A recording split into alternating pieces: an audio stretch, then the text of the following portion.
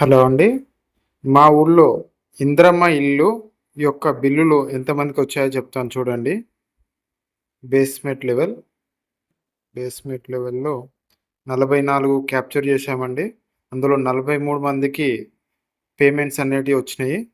తర్వాత రూఫ్ లెవెల్‌లో 22 అప్‌లోడ్ చేస్తే అందులో 14 మందికి డబ్బులొచ్చాయండి.